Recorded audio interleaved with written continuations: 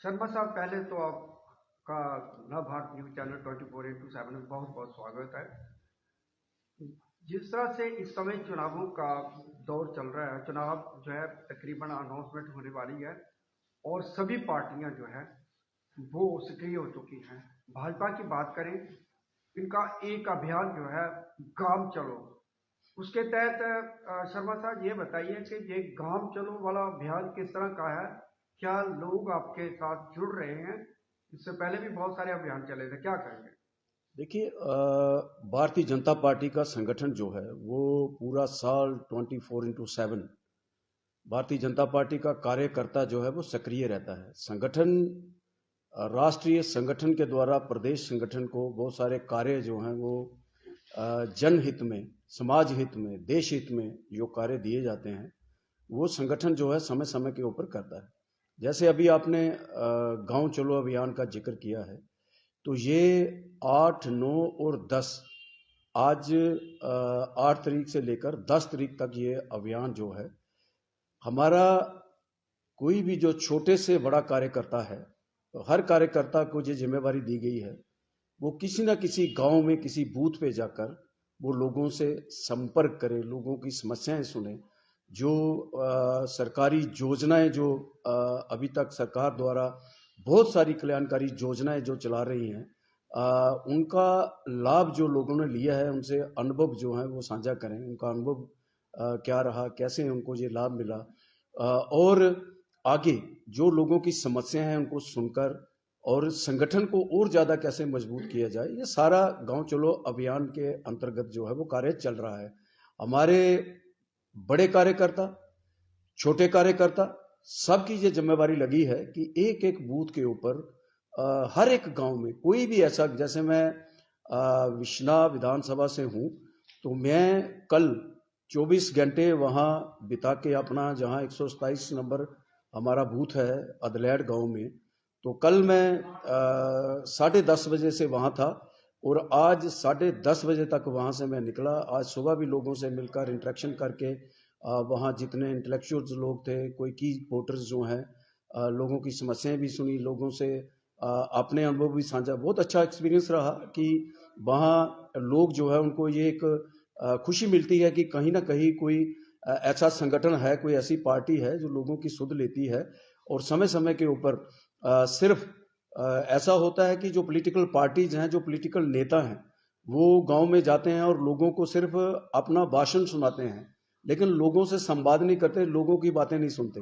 तो यहाँ ये होता है कि अगर हम अपनी बात सुनाते हैं तो लोगों से भी सुनते हैं कि क्या उनको सरकार द्वारा चलाई जा रही कल्याणकारी योजनाएं जो इतनी सारी बनी हैं, 136 से ज्यादा योजनाएं हैं, और ये सारे गरीब, गांव, किसान, मजदूर, युवा, महिला, सबके लिए ये योजना हर वर्ग के लिए बनी है, क्या उसका लाभ उन्होंने लिया? अगर लिया है तो कैसा? घर घर में लगभग मैं कोई 50 घरों में पर्सनल कल मैंने विजिट किया, आज भी किया।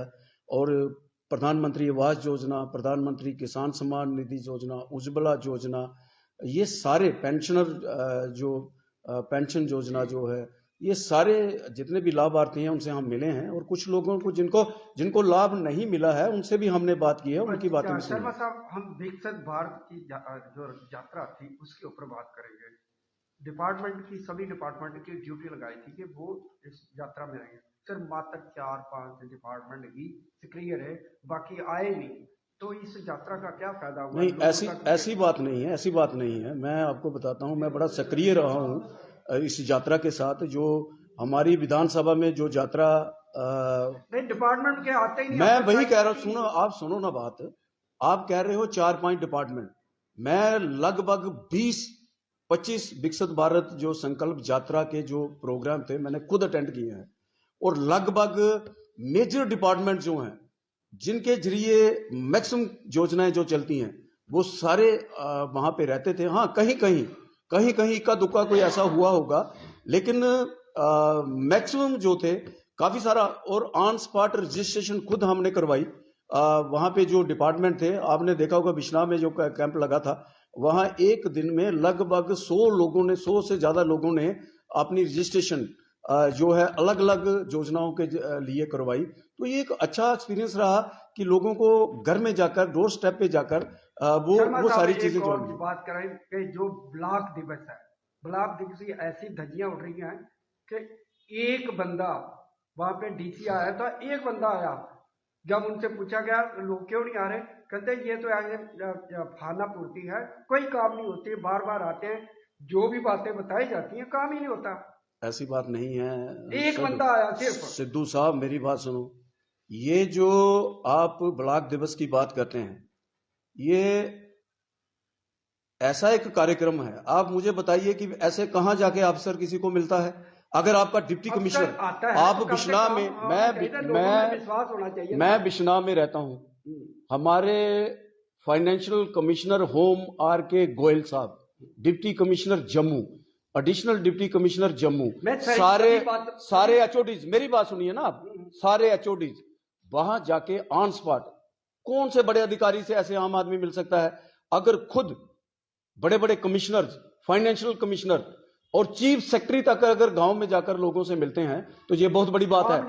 काम भी होता है। आप कहीं एक एग्जाम्पल आपने उठा ली, अगर 100 जगह कैंप लगे, आपने एक जगह का नाम ले लिया, जो 99 जो कैंप लगे थे, 99 जगह जो ब्लॉक दिवस हुए, जहां लोगों ने उनको सराहा भी और अपने काम भी बताए। मुझे सबसे बड़ी खुशी की बात यह है कि कम से कम आपके द्वार के ऊपर, आपके घर में बड़े अफसर आके आपकी बात सुन रहे हैं, सुध ले रहे हैं, ये बहुत बड़ी बात है। आपने सम्मान निधि की बात की, किसानों को सम्मान निधि, उसका भी एक उदाहरण आपको लेते हैं। सबसे पहले तो कृषि किसानों के लिए जो योजना है उनका बजट आधा कर दिया इस बजट में।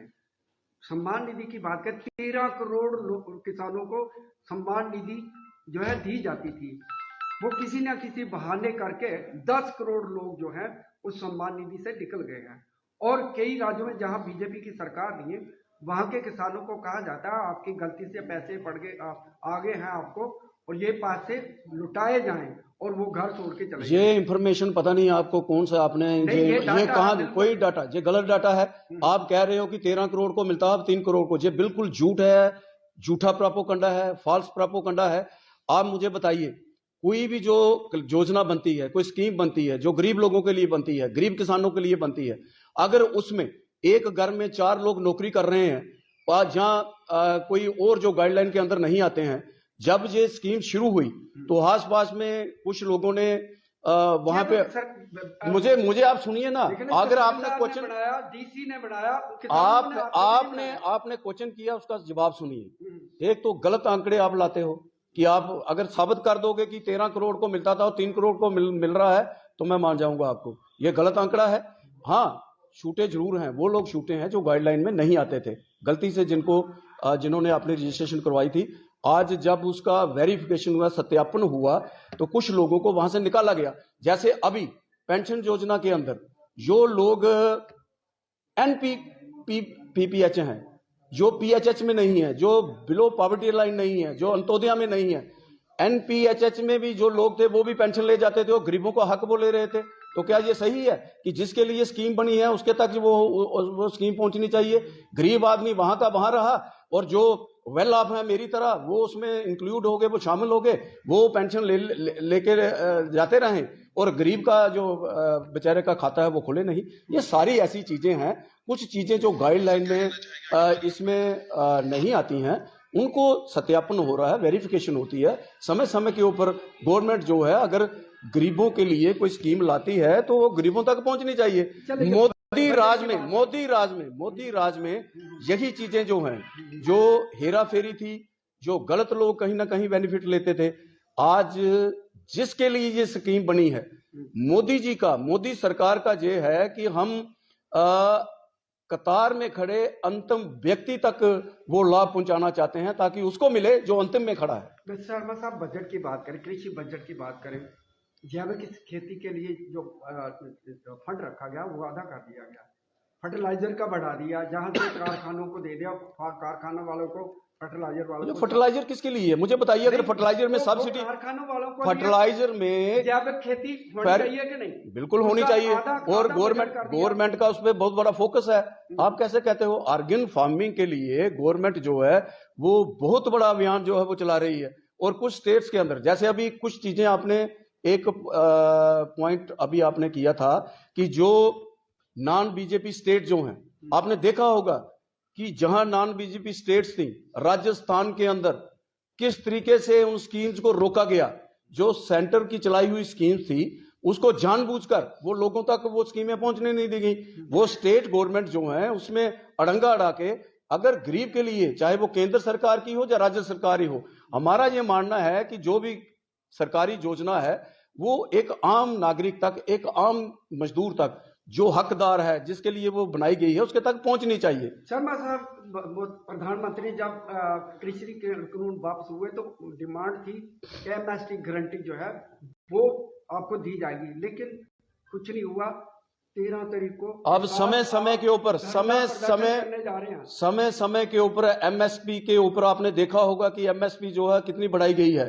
टाइम टू टाइम सरकार इस पे काम कर रही है। आप ये मत कहिए, आप रिकॉर्ड देखिए पिछले मेरी धरना पर तो जहां धरना देना, जहां पॉलिटिकल एक लोकतंत्र है, धरने देने से कोई किसी को रोक नहीं सकता। लेकिन सरकार का जो काम है, सरकार जिस तरीके से काम कर रही है, वो आपने देखा होगा कि 3 साल पहले जो डिमांड्स उठाई गई थी एमएसपी के ऊपर, सरकार ने समय समय के ऊपर अलग अलग तरह की एमएसपी है जो बढ़ाई है। वो आप आंकड़े देखिए, वो आप देखिए।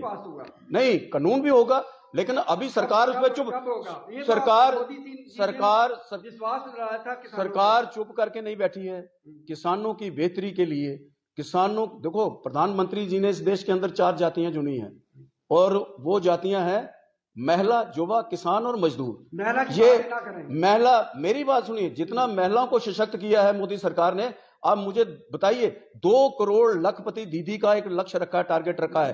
किस तरीके से सेल्फ, मैं अभी महिलाओं के साथ क्या हुआ आपको खुद ही आपको पता है। देखिए ये चीजें आप जो हैं, ये इसमें आप मत मिलाइए। सरकार जो है, सरकार जो काम कर रही है, सरकार को योजना बना रही है। मैं अभी जैसे गांव चलो अभियान में मैं होके आया हूं, कल तक, आज तक मैं वहां था।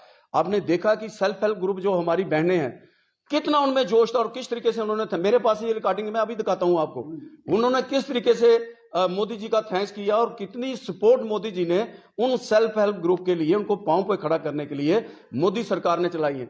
आप ये चीजें भी देखिए कि इतना बड़े देश के अंदर 80 करोड़ लोगों को फ्री राशन, लगभग 2-2.5 साल से, ये लोग कहां के, गरीबी के नीचे, रेखा के नीचे?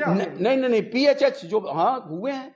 आप कितने लोगों को गरीबी रेखा से ऊपर पाया गया है? ये आंकड़े बताते हैं, ये आंकड़े देश जो सर्वे हो रहा है। नहीं, आप देखिए कि 80 करोड़ लोग पीएचएच के ये राशन कार्ड होल्डर हैं, जो बीपीएल के राशन कार्ड होल्डर हैं, अंत्योदय के हैं, उन सबको ये इतना बड़ा कार्य सरकार कर रही है। कहीं ना कहीं नौकरी चाहते हैं, नौकरी चाहते हैं। कितने करोड़ों में लोगों को नौकरी मिली है। आपने देखा हर महीने पिछले 2 साल से लगातार आपके इस राज्य में भी, स्टेट में भी, कोई ऐसी स्टेट नहीं बची जहां प्रधानमंत्री जी ने सभ्य रिक्रूटमेंट ड्राइव चला के वहां नियुक्ति पत्र बांटे, और हर स्टेट के अंदर कोई ना कोई मंत्री केंद्र का आया और वहां पे नियुक्तियां दी गई। अभी इस स्टेट के अंदर आप देखो हजारों की संख्या में जो ये रिक्रूटमेंट जो है वो की जा रही है। हर महीने 2-3 बार ये सेंटर्स बनते हैं और लाखों के लोग जो हैं वो एग्जाम दे रहे हैं, और उसके लिए हजारों लोगों को जो है वो नौकरियां मिल रही हैं।